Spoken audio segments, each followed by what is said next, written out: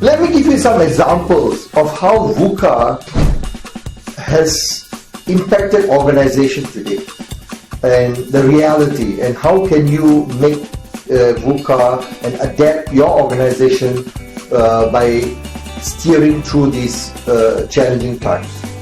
Number one, volatility. This is interesting because let me give you an example of an automobile company in Bangkok. During the 2012, there was a great flood in Bangkok, Thailand, and prices fluctuate after such natural disaster, and we take the supplier offline for that automobile company, because what happened is the supplier cannot move the parts across Bangkok to reach the manufacturing plant. So therefore, this has hampered the automobile manufacturer's ability to deliver its commitment to clients worldwide. Number one, that's volatility. So what it means to you as a leader is be prepared. Be prepared to meet these challenges and these natural disasters that will impact your supply chain. Second, we look at uncertainty. What does it mean? This is a pharmaceutical company which has decided to launch new antibiotics. And the uncertainty here is where the competitor of this company decided to launch ahead of my client a product. What it means is that the client is not prepared for the uncertainty which is created by the competitors launching of the new product.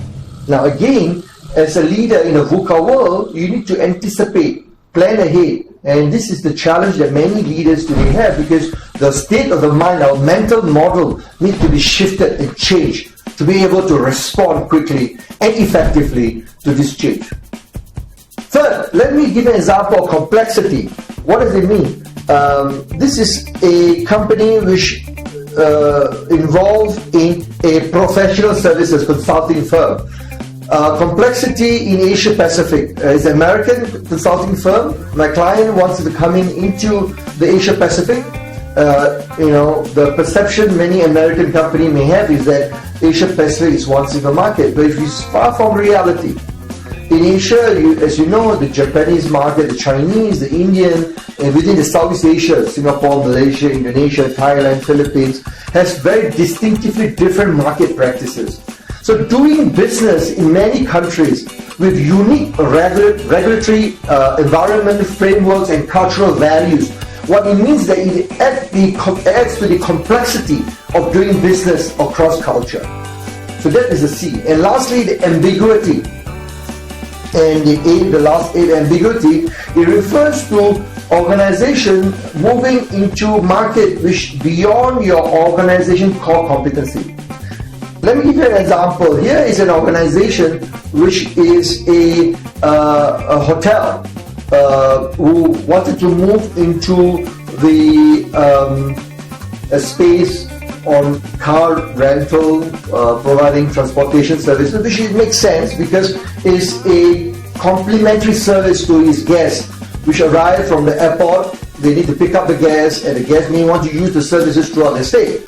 Now, the challenge here for the hotel, for the organization, is that they're moving to a market which beyond their core competency. Their core competency is in accommodation, providing that's a service in their space, but moving into transportation, they are facing huge challenge because with the emerging of Uber, emerging with other existing players, for example, like, of course, the transportation companies, the taxis, private hiring companies, created a tremendous challenge for the hotel. Is an ambiguity that impacting the ability to successfully launch the new service, which is the transportation for the client. So what does it mean? If you look at the VUCA, as I explained, the impact on business is fantastic.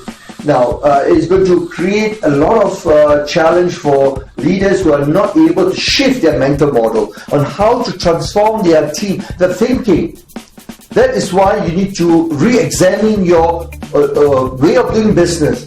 How do you lead your team to steer them to success in the VUCA world is very important. VUCA, as I mentioned earlier, if you recall in my opening remark, I mentioned that VUCA started from the US War College. There's a gentleman, General, four-star General George Casey, who was the Army Chief of Staff and the Commanding General of the Multinational Force in Iraq during the President George Bush tenure.